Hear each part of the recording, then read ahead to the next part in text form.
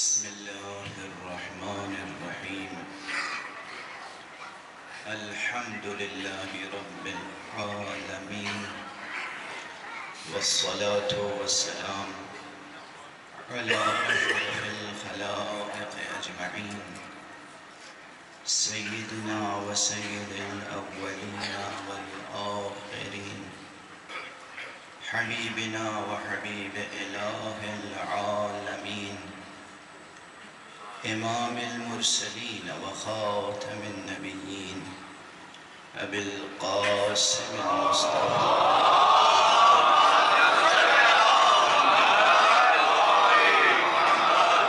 وعلى أهل بيته الطيبين الطاهرين الهداة المهديين المعصومين المظلومين، واللعنة الدائمة على أعداء الدين أجمعين.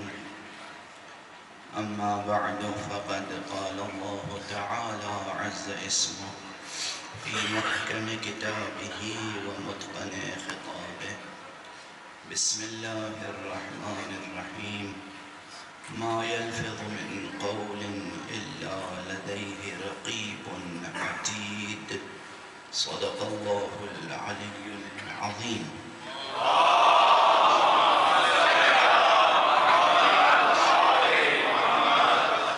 ایک اور بلند تر صلوات.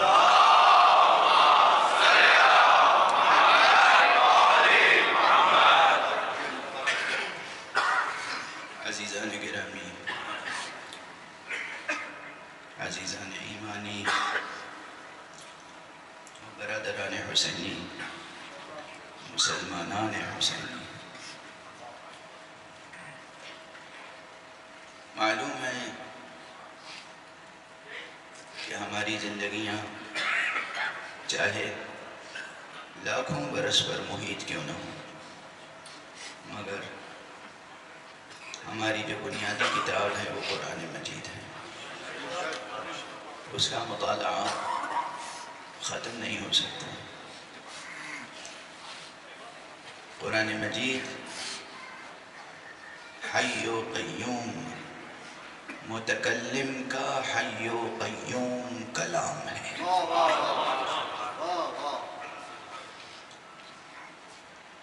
حی و قیوم یہ صفت متکلم کی بھی ہے، یہ صفت اس کلام کی بھی ہے. ابھی جب میں اس مجلس میں بیان کی سعادت حاصل کرنے کی غرض سے آ رہا تھا تو میری عادت ہے میں اپنے عزیزوں سے، دوستوں سے، بانی مجلس سے یا جو قریب و صوب بیٹھے ہوتے ہیں پوچھ لیتا ہوں کہ بھائی کوئی موضوع، کوئی عنوان آپ کے ذہن میں ہو تو فرمائیں. میرا ایک عزیز، ایک طالب علم دین، پروردگار اس کی توفیقات میں اضافہ فرمائے، محمد عباس سلام. میں نے کہا بیٹے آج آپ بتائیے کہ اس موضوع پہ گفتگو کروں. تو یہ بیٹا خاموش ہو گیا، سوچنے لگا. تفکر ذرا طویل ہوا، سوچ میں ڈوبا ہوا سکوت. کسی نے مزاحاً کہا کہ اس عنوان پہ تو گفتگو بہرحال نہیں ہو سکتی. میں نے کہا اب اسی عنوان پہ گفتگو ہوگی. سوچ میں ڈوبا ہوا سکوت.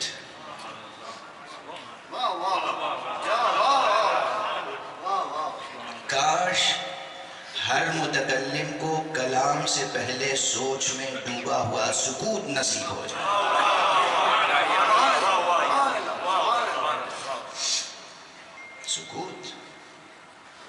سکوت ایک مستقل دستور ہے.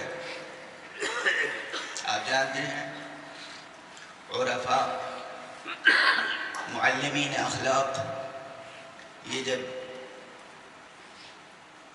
تربیت کے لائق، تربیت کے قابل نفوس کی تربیت کرتے ہیں تو ہر نفس، ہر فرد کے لحاظ سے نسخہ عمل تجویز کرتے ہیں، جسے دستور کہتے ہیں. دستور کیا ہے؟ ایک نسخہ عمل ہے کہ ہم کیا کریں. شب و روز کی 24 گھنٹے ہم کیسے بسر کریں؟ کتنی دیر سوئیں، کتنی دیر بیدار رہیں؟ بیدار رہیں تو بیداری کے وقفے کو، بیداری کے وقت کو کس طرح تقسیم کریں؟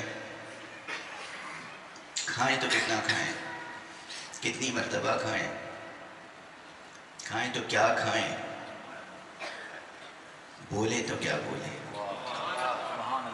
کب بولیں، کب خاموش رہیں، کتنا خاموش رہیں، کتنا کلام کریں؟ یہ سب اہم سوالات ہیں، یہ چھوٹے سوالات نہیں ہیں۔ ایک بہت بڑے معلم اخلاق اور مربی عارف نے اپنے ایک شاگرد کو صرف ایک ہی لفظ دستور دیا تھا، دستور۔ وہ حاضر نے کہا میرے لیے کیا دستور العمل ہے؟ دستور العمل ہے پورا نسخہ ہوتا ہے، آپ اتنی دیر اٹھیں گے، سوئیں گے، یہ کریں گے، یہ کریں گے، یہ کریں گے۔ انہوں نے صرف ایک لفظ کہا، سکوت۔ سکوت، ایک لفظ سکوت پورا دستور العمل ہے۔ جو سلیقے سے خاموش رہنا نہیں سیکھ سکتا وہ بولنا کیا سیکھے گا؟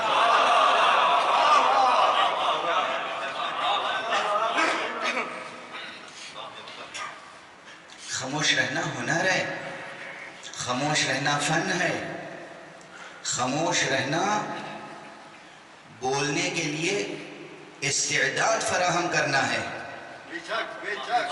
خاموش رہنا تکلم کے لیے طبیعت کو آمادہ کرنا ہے، اور وہ بھی وہ سکوت، وہ خاموشی جو تفکر میں ڈوبی ہوئی ہو۔ سکوت، خاموشی صرف بے صدا ہو جانے کا نام نہیں ہے۔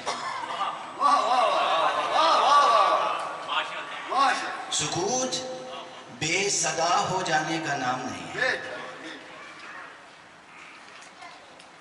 فغاں سے لبریز سکوت، فریاد سے لبریز سکوت، تقریروں سے لبریز سکوت۔ اگر یہ سب باتیں سمجھ میں آ جائیں تو وہ فرق سمجھ میں آ جائے گا کہ صمت میں اور سکوت میں کیا فرق ہے۔ ہم قرآن مجید کو اکثر قرآن صامت کہتے ہیں، صامت کہتے ہیں، ساکت نہیں کہتے۔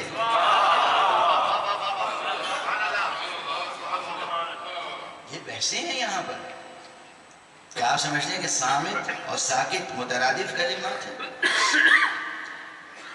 اس فقیر کا تو نظریہ یہ ہے، عرض کر چکا ہوں پہلے بھی، کہ زبانوں میں اور بطور خاص عربی زبان میں مترادف الفاظ کا وجود تقریباً کالعدم ہے۔ تقریباً اس لیے کہہ رہا ہوں کہ کوئی کلیہ ایسا نہیں ہے جس میں استثناء نہ ہو، لیکن تقریباً کالعدم ہے۔ کوئی دو لفظ مترادف نہیں ہوتے۔ آدمی، انسان، بشر، آپ سمجھتے ہیں ایک ہی حقیقت کے سب نام ہیں؟ لفظ آدمی کا مفہوم الگ ہے، لفظ انسان کا مفہوم الگ ہے، لفظ بشر کا مفہوم الگ ہے۔ یہ اور بات ہے کہ خارج میں مصداق ایک ہے، مترادف نہیں ہے یہ الفاظ، سینونیمز نہیں ہے، یہ الگ الگ لفظ ہیں، الگ الگ ورڈز ہیں۔ تو سکوت اور صمت ایک نہیں ہے۔ خاموش رہنا، کبھی خاموش رہنا اس موقع پر جہاں بولنے کا موقع ہو، خاموش رہنا گناہ ہے۔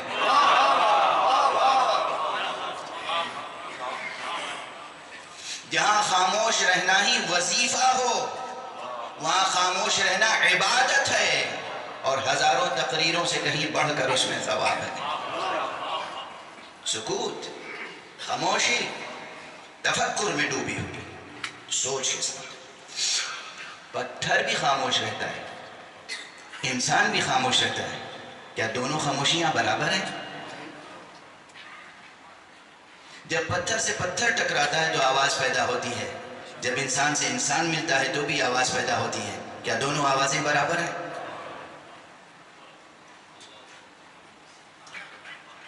جمادات کی خاموشی الگ خاموشی ہے، انسان کی خاموشی کاش ہم لوگ، سب سے خطاب ہے میرا صاحب سے، اپنے نفس کو شامل کر کے بولنے کی کوشش ہر ایک کرتا ہے. خاموشی ایک ریاضت ہے، ریاضت، ایک ریاض نفس ہے. انسان سمجھتا ہے ہم بولیں گے تو پہچانے جائیں گے. واقعاً بولنے سے پہچانا جاتا ہے انسان، اس میں کوئی شک نہیں ہے، اس میں کوئی شک نہیں ہے کہ بولنے سے پہچانا جاتا ہے انسان.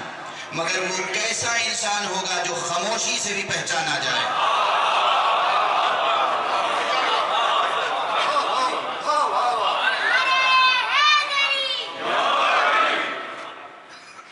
خاموشی ریاضت نفس ہے.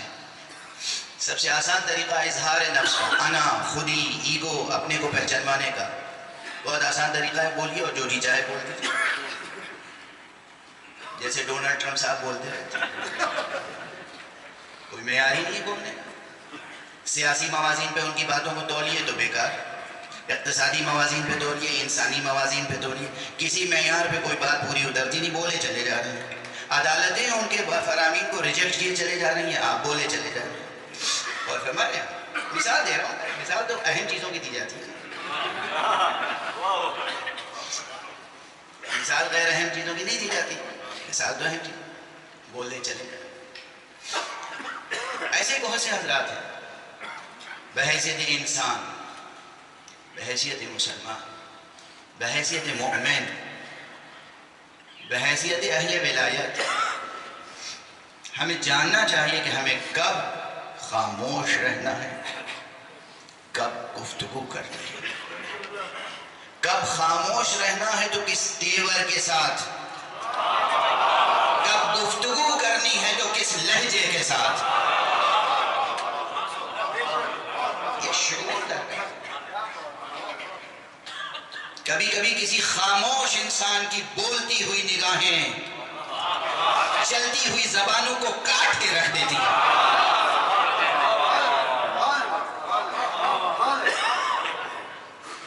سکوت، سکوت. اور اگر یہ سارے آداب سیکھنے ہوں، سارے آداب، آپ سمجھتے ہیں تضاد ہے؟ سکوت اور تکلم میں تضاد ہے؟ کوئی تضاد نہیں ہے. انسانی اوصاف جتنے ہیں ان میں کوئی تضاد کا رشتہ نہیں ہے. یہ اصل، یہ فکری اصل ہے، یہ اخلاقی بھی اصل ہے، فلسفیانہ اصل. انسانی اوصاف، اس پہ سوچنے کی کوشش کیجیے گا. انسانی اوصاف، انسان بحیثیت انسان. اب تو ایک ممکن ہے پرانے جملے میں ضرورتاً حوالے میں پیش کروں. اپنے کراچی میں، لاہور میں اس سے پہلے یہ بات عرض کر چکا ہوں کہ انسانی اوصاف کی جب بات ہوتی ہے، مثلا شجاعت، مشہور مثال، مشہور. جب کیا کہتے ہیں مثالیں عموماً آپ نصاب کی کتابیں پڑھیں تو 1000 برس سے ایک مثال چلی آ رہی ہے. اب نحو میں ضرب زید عمرا ہے تو چلا آ رہا ہے، آج تک کسی نے بدلا ہی نہیں. اب وہ عمر کی قسمت، وہ زید کا اعزاز، ضرب زید عمرا، یہ مثال چلی آ رہی ہے. بلاغت کی کتابوں میں شجاعت کی مثال میں، تشبیہ کے باب میں زید کالاسد، زید کی مثال شیر جیسی ہے. کتابوں میں مختصر سے لے کر مطول تک. یہ فقیر اعتراض کر چکا ہے اور یہ اعتماد ہے کہ یہ اعتراض رد نہیں کیا جا سکے گا اور آئندہ کتابوں کے متون میں اصلاح کرنی پڑے گی، مثال بدلنی پڑے گی، اس لیے کہ انصاف نہیں ہے انسان کے ساتھ. انسان، بہادر انسان، شجاع انسان کو مثال دیتے ہیں کس سے؟ شیر سے. عزیزان گرامی، شیر درندہ ہے، شجاع نہیں ہے. انسان شجاع ہوتا ہے، درندہ نہیں ہوتا.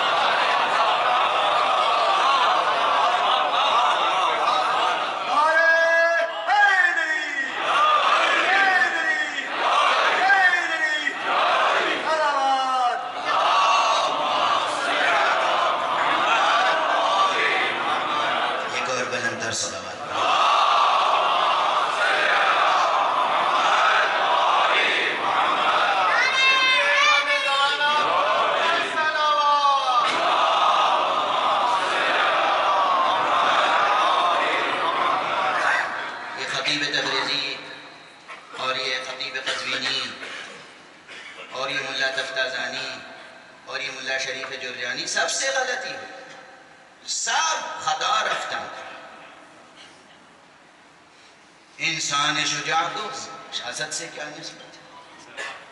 وہ خونخوار درندہ ہے، یہ زلال صبر کو پینے والا شجاع ہے۔ کیا نسبت ہے اس درندے کو اس انسان سے؟ کیا نسبت ہے؟ یہ بحث اس لیے میں عرض کرتا ہوں کہ عوام سے خواص تک سب کے ذہن میں بیٹھ سکتی ہے یہ بات کہ ابھی تک ہمارا ادب، ہمارا لٹریچر، ہماری پوئٹری، ہمارے علم اخلاق کی اور ادبیات کی کتابیں لکھی گئی ہیں، کتابیں علم اخلاق میں، مگر انسانی اوصاف کی معرفت کا حق ادا نہ کر سکی۔ اور شجاعت تو عام انسانوں میں بھی پائی جاتی ہے نا، شجاعت انسانی وصف ہے۔ جب ہم عام انسانوں کی ایک صفت کی معرفت کا حق ادا نہیں کر سکتے تو ہم اس آدم نوری علی ابن ابی طالب کے اوصاف کی معرفت کا کیا حق ادا کر سکیں گے؟ ہم ایک آدم خاکی کے اوصاف کا بیان کرنے کے لائق نہیں بن سکے تو آدم نوری کے اوصاف کا کیا بیان کرنا ہے؟ علی آدم نوری ہے، علی ابن ابی طالب سلام اللہ علیہ۔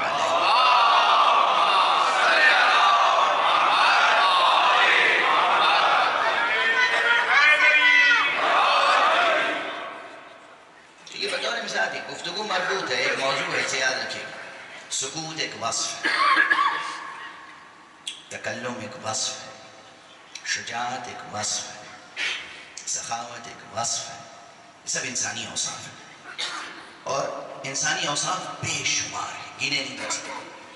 آپ علم اخلاق کی کتابیں اٹھا کے دیکھیے، انہوں نے کچھ شجرے بنائے ہیں، 10 صفتیں یہ اور 12 صفتیں وہ، 11 صفتیں وہ، سب تقسیم کی ہیں شجرے ہیں۔ کوئی اخلاق ناصری کی بات کر رہا ہوں، ہمارا ہزاروں سلام روح پاک خواجہ نصیر الدین طوسی پر، لیکن حق ادا نہیں کر سکے، حق ادا نہیں کر سکے۔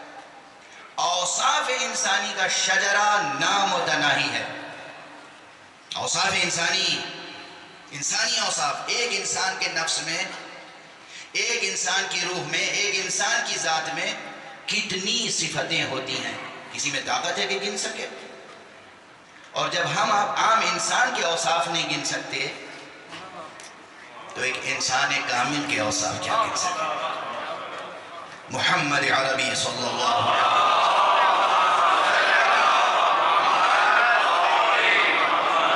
یا امیر المومنین علی ابن ابی طالب علیہ السلام،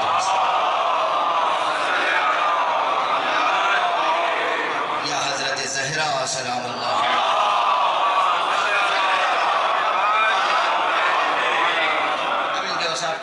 کیا گن سکتا ہے؟ شجرے اوصاف انسانی، ذات انسانی، روح انسانی میں، نفس انسانی میں کیا کمالات ہیں، کیا اوصاف ہیں۔ اگر اس سفر زیارت میں آپ نے اپنے ظاہری مادی خاک آلود خاکی بدن سے ہجرت کر کے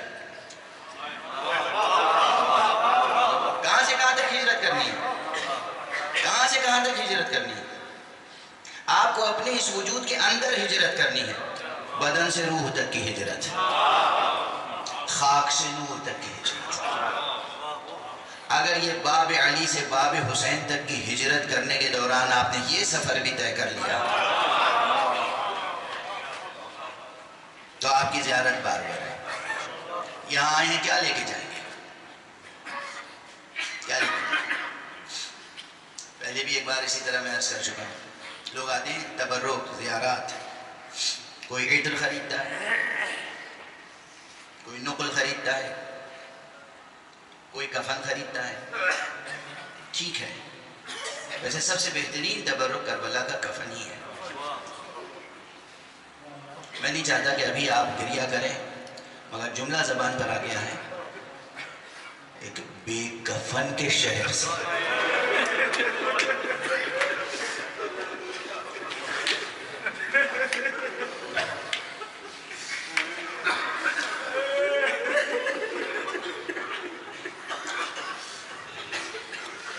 دنیا آئے دیکھے، معجزے دیکھے، اسے کہتے ہیں معجزہ۔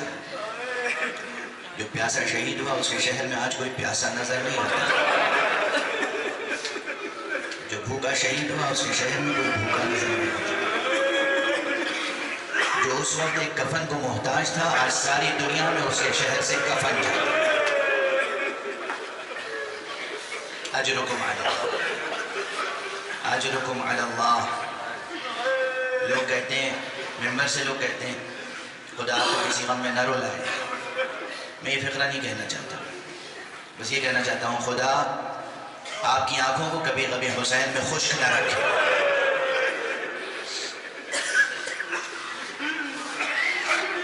میرے ساتھ ابھی مسائل نہیں پڑھ رہا ہوں، ابھی مسائل نہیں، بحث آگے چل رہی ہے، گفتگو آگے بڑھ رہی ہے، بات اوصاف انسانی کی کر رہا تھا۔ یہاں سے کیا لے کے جائیں گے؟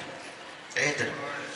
یہ جو عطر شیشی میں ہوتا ہے، کپڑے پہ لگاتے ہیں، مشین میں دھلتا ہے کپڑا، عطر کا اثر زائل ہو جاتا ہے۔ ایسی خوشبو لے کے جاؤ جیسے دنیا کا کوئی مادہ اس خوشبو کو زائل نہ کر سکتا۔ وفا کی خوشبو لے کے جاؤ، وفا کی خوشبو، وفا کا عطر، اوصاف انسانی کا عطر، جس میں آپ کا نفس ہمیشہ بسا رہے۔ اسے مبالغہ نہ سمجھے گا۔ اگر روح پاکیزہ ہو تو انسان کے پسینے میں کبھی بدبو نہیں پیدا ہو سکتی۔ لکھ لیجیے گا اسے، لکھ لیجیے گا اسے۔ اگر انسان کی روح پاکیزہ ہو، اگر انسان کے خیالات پاک ہوں، اگر یہاں کوئی گندگی نہ ہو، کوئی نجاست نہ ہو، کوئی رجس نہ ہو، کوئی کمزور بات دل دماغ میں، حاشیہ خیال میں، وہم و گمان میں نہ آتی ہو، اس انسان کے پسینے میں بدبو نہیں ہو سکتی۔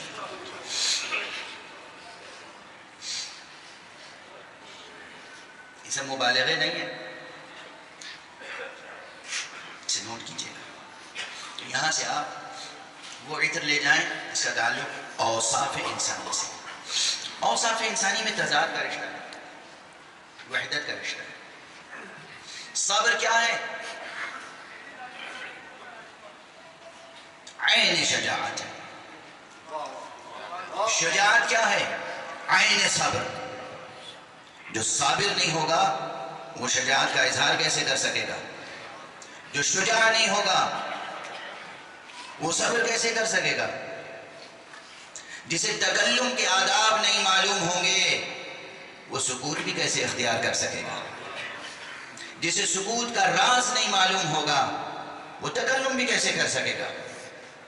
جسے معلوم ہو کہ سکوت اور تکلم دونوں کے آداب اور تمام انسانی اوصاف کو کس سے سیکھنا ہے، وہ ان چہاردہ معصومین علیہ السلام میں سے کسی کے در پہ بھی جا سکتا ہے، مگر سب سے پہلا حوالہ ہمارے پاس بعد پیغمبر امیر المؤمنین علی ابن ابی طالب علیہ السلام۔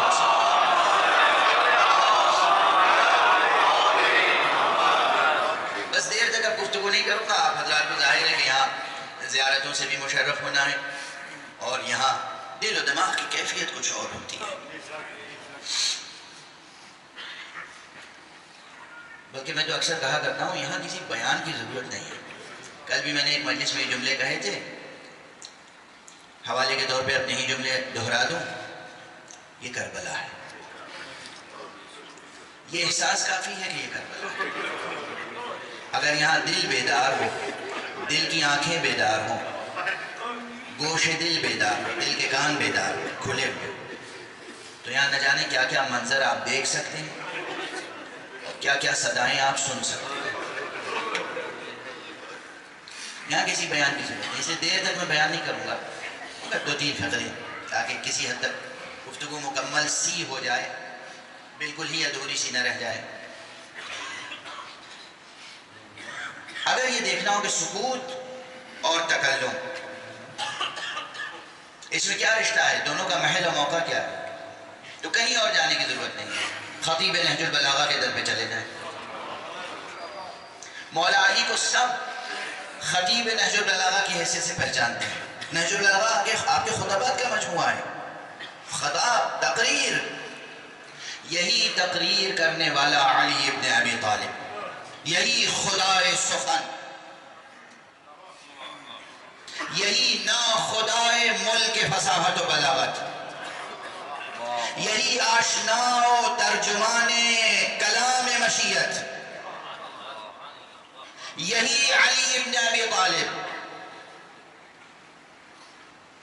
جس کے خطبات کی گونج اس گنبد در میں کبھی ختم نہیں ہو سکتی۔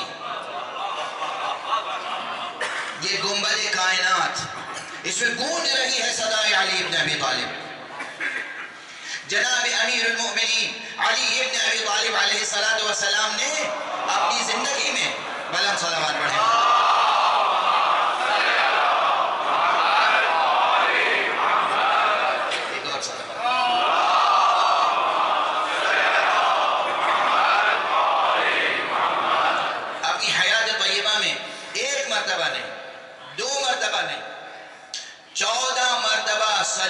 سلونی قبل ان تفقدونی فرمایا ہے، مختلف سیاق و سباب میں مختلف مواقع پر۔ سلونی پوچھ لو مجھ سے جو پوچھنا ہو۔ عام طور پر اسے دعوی سلونی کہا جاتا ہے، میں اسے دعوت سلونی کہتا ہوں۔ مولا امیر المومنین نے دعوت سلونی فرمائی ہے۔ کیا سلونی دعوت تھی؟ ذات گرامی امیر علیہ السلام کی شان اس سے کہیں بلند ہے کہ آپ صرف دعویٰ کریں، آپ دعوت فرماتے تھے۔ 14 مرتبہ آپ نے اپنی حیات طیبہ میں سلونی فرمایا ہے، تو یہ تکلم ہے نا، خطاب ہے نا۔ یہی امیر المومنین جو 14 مرتبہ سلونی کہنے والے ہیں اور جن کے خطبات نہج البلاغہ کی 2 دفتیوں کے درمیان محدود نہ ہو سکے، یہ تو ایک مختصر سا انتخاب ہے آپ کے کلام کا۔ نہج البلاغہ میں کوئی ایک خطبہ بھی آپ کا مکمل خطبہ نہیں ہے، کسی تقریر کا 1 پیراگراف، کسی تقریر کے 2 پیراگراف، کسی تقریر کے 3 پیراگراف، کسی تقریر کا 1 جملہ، کسی تقریر کے 2 فقرے۔ یہ اقتباس ہے، اقتباس۔ نہج البلاغہ کی 2 دفتیوں کے درمیان تمام تقریریں جناب امیر کائنات علیہ السلام کی نہیں جمع ہو سکی۔ اس کے بعد نہ جانے کتنی کتابیں استدراک نہج البلاغہ کے طور پہ لکھی گئیں اور ابھی لکھی جا رہی ہیں۔ یہی امیر المومنین جن کے اتنے خطبات موجود ہیں، جنہوں نے بار بار سلونی ارشاد فرمایا، تاریخ شاہد ہے جب تک رسول اللہ صلی اللہ علیہ وآلہ وسلم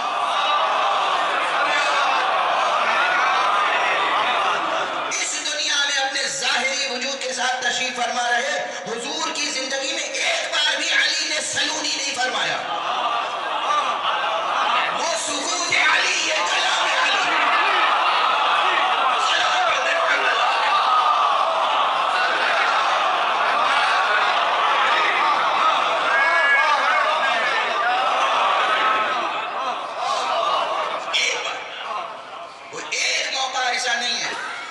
حضرت نے خود فرمایا ہو سلونی، حضرت موجود ہے، اسے کہتے ہیں حفظ مراتب۔ عزیزوں، مجھ سے اگر پوچھے کہ تہذیب انسانی کا لب لباب کیا ہے، تو بس ایک فقرہ کہوں گا، حفظ مراتب۔ بڑے کو بڑا سمجھنا، چھوٹے کو چھوٹا سمجھنا، بزرگ کو بزرگ سمجھنا، بزرگوار کو بزرگوار سمجھنا۔ ایسا نہ ہو بزرگ کو بزرگوار سمجھ لیا جائے۔ ایک صلوات پڑھ دیجئے محمد۔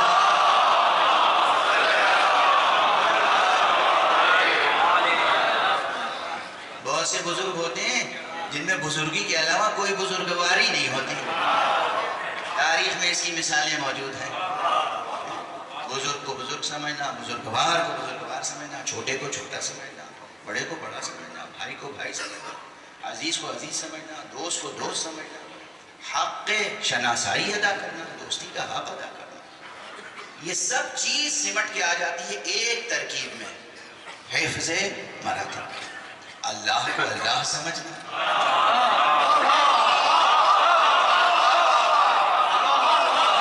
رسول اللہ کو رسول اللہ سمجھنا، نبی کو نبی سمجھنا، وسیع کو وسیع سمجھنا، ولی کو ولی سمجھنا، علی کو علی سمجھنا،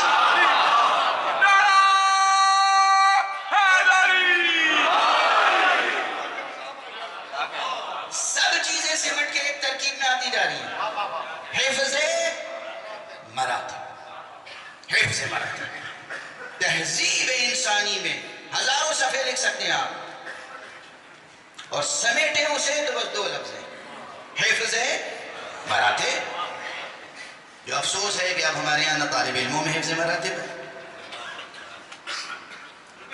نہ بڑوں میں نہ چھوٹوں میں. یہ سوچ دنیا ہے تہذیبی زوال کا شکار ہے، اگرچہ ہم مستقبل سے نا امید نہیں ہیں، کیونکہ ہمارا رشتہ حسین علیہ السلام سے.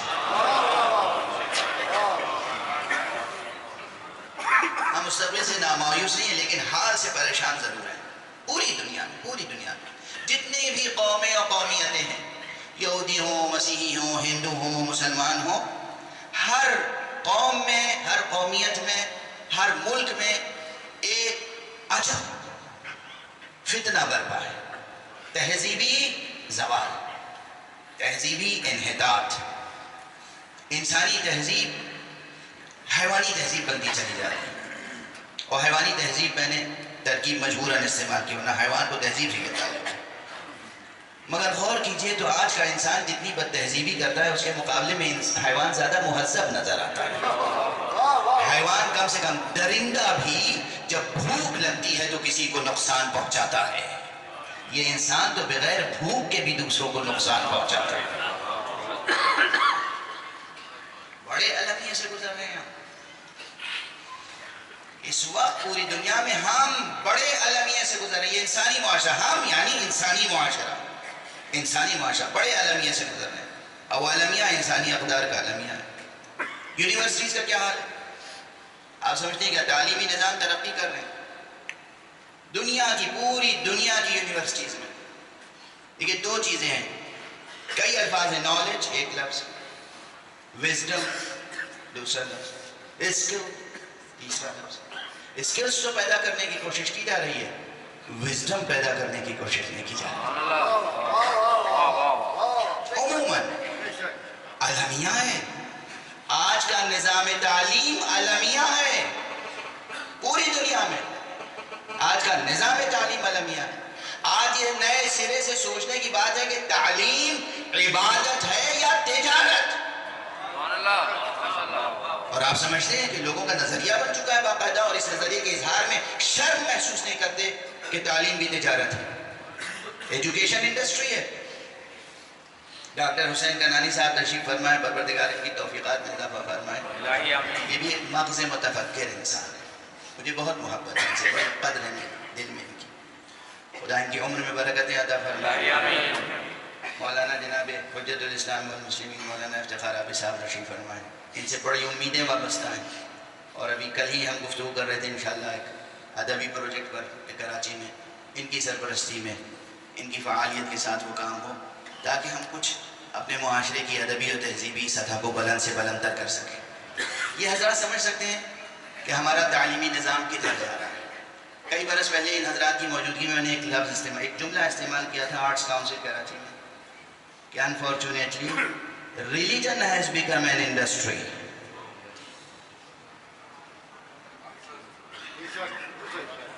Religion industry.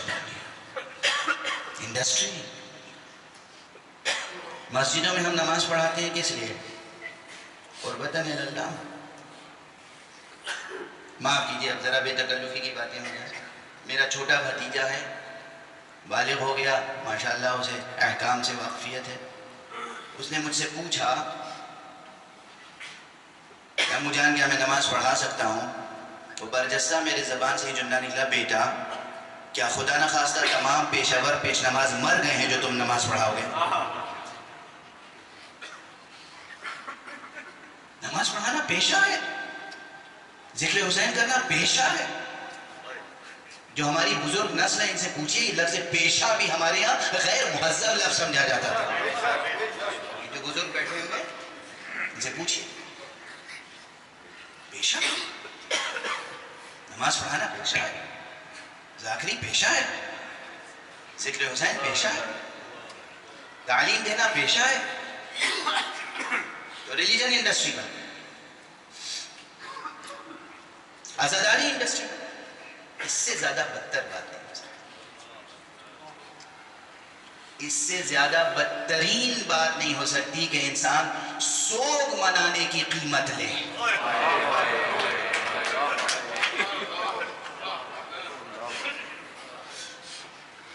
اس سے زیادہ پست ترین بات نہیں ہو سکتی کہ انسان پرسہ دینے کی اجرت لے۔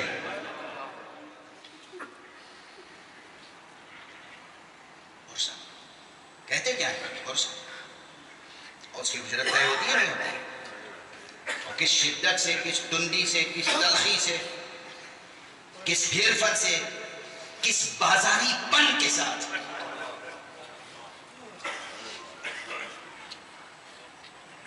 اور سب کے مزاج بگڑ چکے ہیں، بانیان مجالس بھی اور مجالس پڑھنے والے بھی، سب دونوں کا مزاج کاروباری ہو چکا ہے۔ بانیان مجالس ہے، ان کا قصور کم نہیں ہے، بلکہ کہیں پہ زیادہ ہی، سوچ میں پستی آ چکی ہے۔ جب سوچ پست ہو جائے تو حسین سے رشتہ قائم نہیں رہ سکتا۔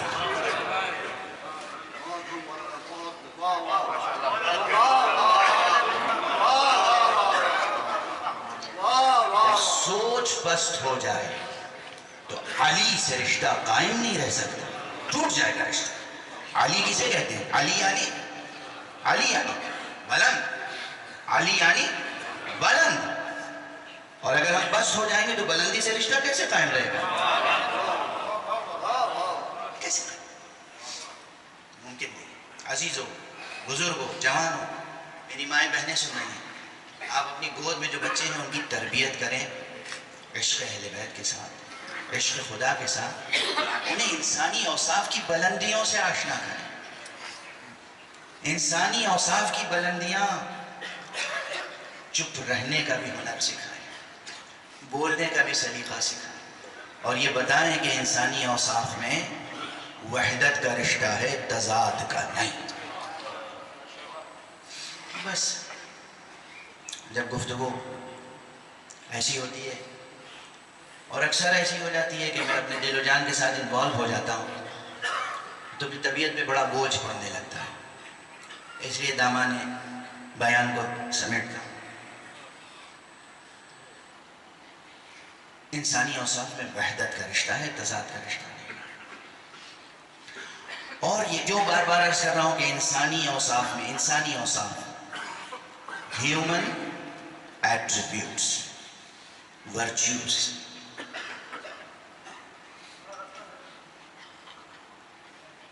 اس میں وحدت کا رشتہ ہے، تضاد کا نہیں۔ یہ بار بار اس لیے عرض کر رہا ہوں تاکہ اب جو جملہ کہہ رہا ہوں اسے سنبھال کے رکھ لیجیے گا۔ یہ کہنے کا مقصد یہ ہے کہ کوئی ایک صفت بھی، ایک جتن یہ ہے کہ کوئی ایک صفت بھی انسانی اوصاف میں سے، حیوانی نہیں، ہم کھاتے ہیں، یہ کیا انسانی صفت ہے؟ پانی پیتے ہیں، انسانی صفت ہے۔ ہم سوتے ہیں، انسانی صفت ہے۔ ہم جو کچھ کرتے ہیں عام طور پر یہ سب تو ہم میں اور حیوان میں مشترک چیزیں، ہم بھی کھاتے ہیں، حیوان بھی کھاتے ہیں، ہم بھی پیتے ہیں، حیوان بھی پانی پیتے ہیں، ہم بھی سوتے ہیں، حیوان بھی سوتے ہیں، ہم بھی اپنی نسل کی کو باقی رکھنے کی کوششیں کرتے ہیں، حیوان بھی اپنی نسل کو آگے بڑھانے کی کوششیں کرتے ہیں۔ کون سا وصف ہے جسے انسانی وصف کہتے ہیں؟ پہلے تو یہ شعور پیدا ہو، انسانی وصف، ہم انسان ہیں، کس اعتبار سے انسان ہیں؟ پہلا اگر تمام اوصاف انسانی میں کوئی ایک وصف بھی اگر ہم ڈسکور کر لیں، اور یہ ڈسکور کہاں کرنا ہے؟ مائننگ نہیں کرنی ہے، زمین جا کے کھودنی نہیں ہے، فضا میں چھلانگ نہیں لگانی، آسمان سے تارے نہیں توڑنے، اپنے گنبد ذات میں، اپنے وجود میں انسانی وصف کو ڈسکور کرنا ہے، اور کسی ایک وصف کو بھی، ایک وصف، ایک سنگل ایک وصف کو بھی اگر ڈسکور کر لیا تو پھر اس کی پرورش کرنی ہے، اور اگر اس کی پرورش کرتے چلے گئے تو پورا شجر سایہ دار انشاءاللہ وجود میں آ جائے۔ یہ ہے انسانی اوصاف کی خصوصیت کہ ان میں وحدت کا رشتہ ہے، تضاد کا رشتہ نہیں ہے۔ یعنی اگر انسانی وصف کے ساتھ سکوت بھی سیکھ لیا نا تو پورا شجرہ اوصاف انسانی اس ایک تخم میں صمت و سکوت سے وجود میں آ جائے گا۔ پورا شجرہ یاد رکھیے گا، یہ بڑی اہم بحث ہے۔ میں ممبر پہ لطیفے سنانے کے لیے تو نہیں آتا ہوں، وقت گزارے کے لیے بھی نہیں آتا ہوں، آپ بھی وقت گزارے کے لیے مجلس میں تشریف نہیں لاتے۔ یہ سب بحثیں اس لیے پیش کرتا ہوں تاکہ ہم اس پر خود اپنے نفس کی تربیت کر سکیں اور اپنے نفس کو اس قابل کر سکیں کہ ہماری زبان سے آقا سلام قبول کریں۔ بڑا مرتبہ یہ سب تکلفاً نہیں کرے۔ احکام فقہی دیکھیے، سلام کرنا مستحب ہے، جواب دینا واجب ہے۔ اگر کوئی شخص نماز پڑھ رہا ہو، نماز واجب، کیونکہ سامنے آ کے کوئی کہے السلام علیکم یا سلام علیکم، تو واجب ہے نماز پڑھنے والے پر کہ اسی حالت میں جواب دے، لیکن اسی صیغے میں، یہ نہیں کہے گا وعلیکم السلام، کہے گا سلام علیکم۔ سلام علیکم کا جواب نماز میں سلام علیکم، اتنا بڑا واجب ہے یہ۔ مگر وہی فقہی کتابوں میں لکھا ہے کچھ لوگ ایسے ہیں جن کے سلام کا جواب دینا واجب نہیں ہے، یعنی اس لائق نہیں ہے کہ ان کے سلام کی طرف بھی اعتنا کی جائے یا توجہ کی جائے۔ واجب نہیں ہے کہ معنی یہ ہے کہ وہ کہہ رہے ہیں السلام علیکم، ہمارے لیے وہ لائق اعتنا نہیں ہے۔ کاش ہم ایسے ہوں کہ آقا کے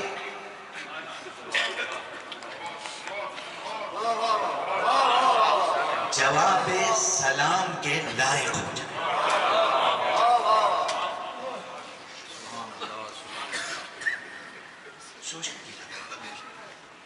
بس اتنا کافی ہے، پوری زندگی کو بدل دینے کے لیے کافی ہے۔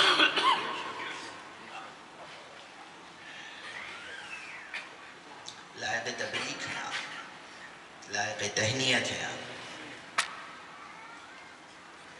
مجدہ ہے آپ کے لیے، سرفرازیاں ہیں آپ کے لیے۔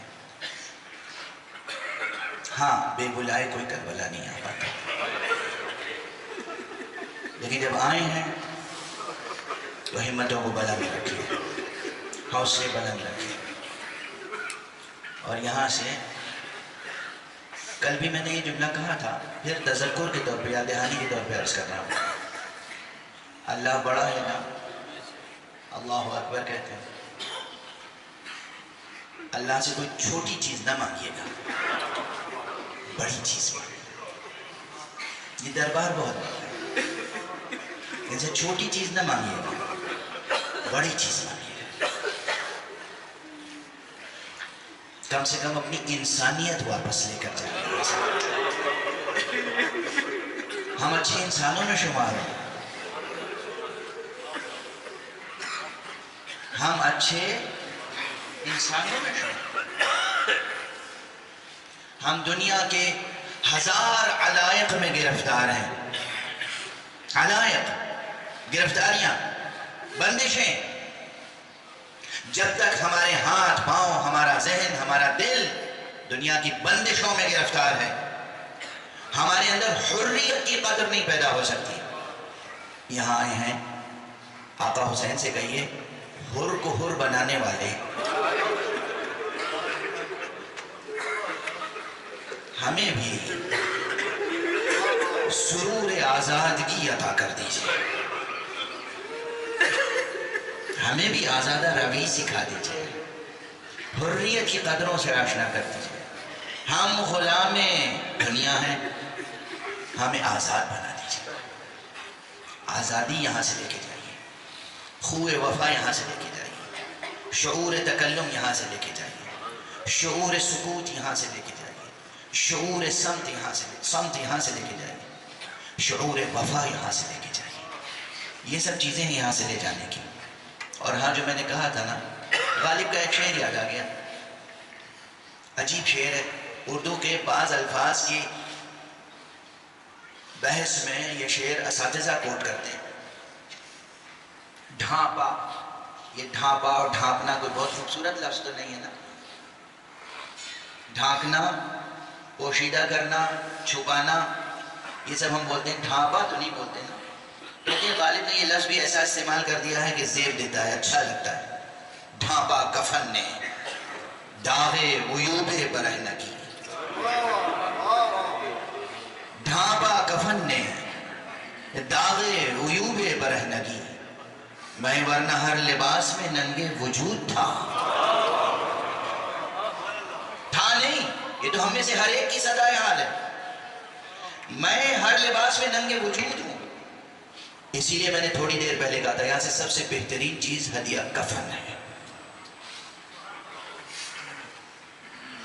کاش ہم یہاں سے سچے کفن بھی لے جائیں تو سچے شعور کے ساتھ۔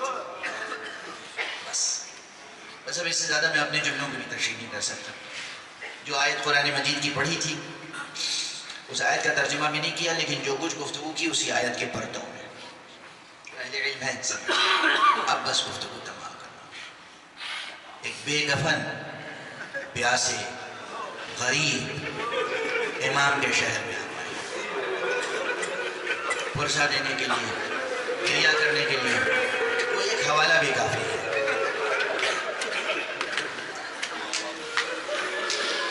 مجھے یاد آتے ہیں اپنے استاد گرامی قدر حضرت آیت اللہ العظمہ خامنئی کے یہاں نمائندے ہوا کرتے تھے عراق میں۔ موجودہ جو نمائندے ہیں آیت اللہ حسینی، ان سے پہلے آیت اللہ شیخ محمد مہدی آصفی، میں نے چند صحبتیں میں ان سے بہت کچھ سیکھا۔ یہی نجف اشرف میں آیا، ان کے گھر سے حرم آیا، ساتھ حرم میں ذریح مبارک کے سرحانے بیٹھے، اور ذریح مبارک کے امیر المومنین کے سرحانے بیٹھ کر وہاں سے انہوں نے امام حسین کی زیارت پڑھی۔ مستحب ہے آقا کے سرحانے زیارت پڑھنا۔ اس کے بعد وہاں سے نکلے، پھر ان کے گھر گئے۔ 3 مرتبہ انہوں نے مجھ سے ایک جملہ کہا، دیکھو اگر دل کے کان کھلے ہوئے ہوں تو جب مسجد کوفہ جاؤ گے تو اب بھی وہاں علی کی آواز سن سکتے ہو، اب بھی تم وہاں امیر المومنین علی ابن ابی طالب کی مناجات سن سکتے ہو۔ مولاي يا مولاي أنت المولى وأنا العبد وهل يرحم العبد إلا المولى، مولاي يا مولاي أنت الغني وأنا الفقير وهل يرحم الفقير إلا الغني، مولاي يا مولاي أنت العزيز وأنا الذليل وهل يرحم الذليل إلا العزيز۔ یہ پوری مناجات آقا کی فرماتے اب بھی ہر سحر امیر المومنین کی مناجات امیر المومنین کے لہجے میں سن سکتے ہو مسجد کوفہ میں۔ یہ ان کا جملہ تھا۔ اسی جملے سے استفادہ کر کے میں یہ آپ کے سامنے عرض کر رہا ہوں، کربلا ہے یہ، اب بھی آپ سن سکتے ہیں۔ حسین فرما رہے حل من ناصر ینصر،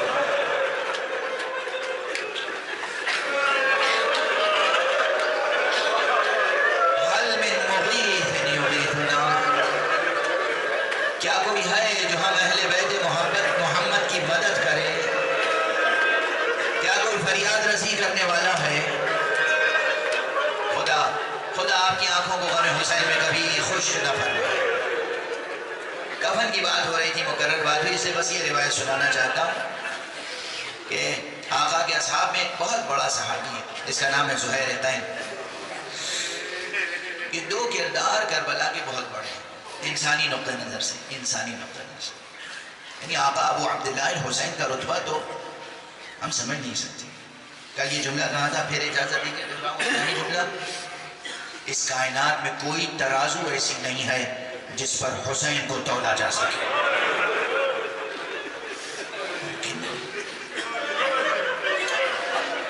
آقا حسین ممکن نہیں، ممکن نہیں، ممکن نہیں۔ اور یہی کیفیت آقا کے فرزند علی اکبر کی ہے۔ چہاردہ معصومین علیہم السلام کے بعد پوری کائنات میں سب سے افضل ذات علی اکبر کی ہے. یہ یاد رکھیے، یہ یاد رکھیے. اس کائنات میں اللہ کی ذات ہے. اس کے بعد چہاردہ معصومین، ان کے بعد سب سے افضل علی اکبر کی ذات ہے. کسی میں طاقت نہیں ہے جو جناب علی اکبر کا رتبہ سمجھ سکے. جناب اون محمد، جناب قاسم، جناب عباس علیہ السلام میں بھی ایک چیز کافی، عباس ابن علی. اور عباس ابن علی، وہ عباس ابن علی جو ابن فاطمہ نہ ہوتے ہوئے بھی ایسا ہے کہ فاطمہ اسے اپنا بیٹا کہتی ہے. ان شخصیتوں، ان ہستیوں کی معرفت کا حق بھی ہم سے ادا نہیں ہو سکتا. آقا کے اصحاب میں دو شخصیتیں تمام انسانوں کے لیے انسانی اقدار کو اور وجود انسانی کی معنویت کو ڈسکور کرنے کے لیے دو ریفرنسز کربلا کے کافی ہیں. ایک حر، ایک زہیر. زہیر غیب اور حر. بہت تفکر چاہیے اس کے لیے، بہت تفکر. کاش ہمارے صحافی، ہمارے ادیب، ہمارے خطیب، ہمارے شعراء، ہمارے سخنگر، سخن دراز، سخن گو، جتنے لوگ ہیں ہر سطح پر ان دو شخصیتوں کے کردار کی ترجمانی کا حق ادا کر سکیں. حر اور زہیر. اب میں پورے حالات زہیر کے نہیں پڑھ سکتا. زہیر کی شخصیت بہت بلند شخصیت تھی. زہیر اپنے وقت کے دانشور بھی تھے، ایک مدبر بھی. تاریخ پڑھیں تو دیکھیں کہ جناب زہیر غین ایک دانشور، صاحب رائے، شجاع، بہادر، یعنی ایک مکمل فرہنگی، ایک مکمل ثقافتی شخصیت کے مالک تھے زہیر. پوری اس وقت کی معلوم دنیا میں جانا پہچانا نام تھا پہلے سے زہیر کا. یہ زہیر جب آقا ابو عبداللہ الحسین علیہ السلام سے ملاقات ہوئی، اور سب کچھ جانتے تھے زہیر، مگر اپنے وجود کی معنویت سے آشنا نہ تھے. یہ معنویت سے آشنا تب ہوئے جب چشم کرم حسین ان پر پڑا. جب معنویت سے آشنا ہو گئے تو شخصیت میں انقلاب آ گیا. خاک کندن بن گئی، مٹی سونا بن گئی، خاک کندن بن گئی. اندر سے باہر تک وجود زہیر کا نورانی ہو گیا. اس کے بعد خواتین سن رہی ہیں، ایک لفظ ایسا ہے جو مجھے خود اچھا نہیں لگتا استعمال کرنا. شریعت میں جائز ہے، مگر حدیث کے الفاظ ہیں کہ پروردگار عالم کو کسی جائز کام سے لفظ بغض کا ہے. بغض نہیں ہے، یعنی حق سبحانہ و تعالیٰ کے نزدیک کوئی چیز جائز منفور نہیں ہے. اتنی ایسی جیسے لفظ طلاق. طلاق، کوئی شوہر اپنی زوجہ کو طلاق دیتا، یہ چیز خدا کو کسی اعتبار سے پسند نہیں ہے، ضرورتاً جائز قرار دے دیا ہے. کبھی کبھی یہی مسئلے کا حل ہوتا ہے. دنیا میں جتنی طلاقیں ہوتی ہیں زیادہ تر اختلاف اور نفرت کی بنا پہ ہوتی ہیں. شاید کائنات میں ایک طلاق ایسی ہے صرف میرے علم میں جو عشق اور احترام کی بنیاد پہ ہوئی ہے. زہیر جب آقا حسین سے مل کے آئے تو اپنی بیوی سے کہا اب میں تمہیں طلاق دے رہا ہوں. بیوی نے کہا آخر یہ کیا فیصلہ ہے؟ آقا حسین سے ملنے کے لیے تو میں نے بھیجا تھا. میں نے ہی تو کہا تھا کہ آقا بلا رہے ہیں، تم جاؤ. یہ واپس آنے کے بعد مجھے سے جدائی. زہیر کی آنکھوں میں آنسو آ گئے. اب مجھے تمہاری بہت محبت ہے، میرے دل میں تمہاری بہت عزت ہے. مجھے معلوم ہے کہ میں آقا حسین کے ساتھ جا رہا ہوں، کربلا جا کے ہم سب شہید ہو جائیں گے، اور جب شہید ہو جائیں گے تو آقا حسین کا کنبہ اسیر ہوگا. میں یہ نہیں چاہتا کہ تم ان کے ساتھ اسیر ہو.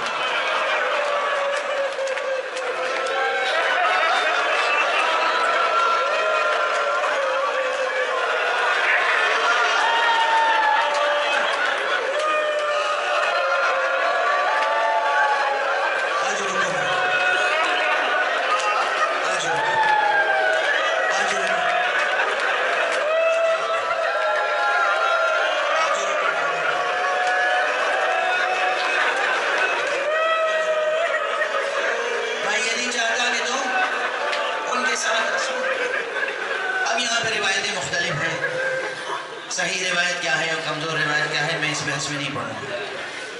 اب بس تمام روایتوں کو حذف کر کے آخری منظر. یہ بیوی زہیر سے جدا ہو گئی. زہیر شہید ہو گئے. جب زہیر شہید ہو گئے تو اس بیوی نے زہیر کے وفادار غلام کو بلایا اور اپنے پاس سے ایک کفن دیا. کہا جاؤ کربلا اور جا کر زہیر کو کفن تو دے دو.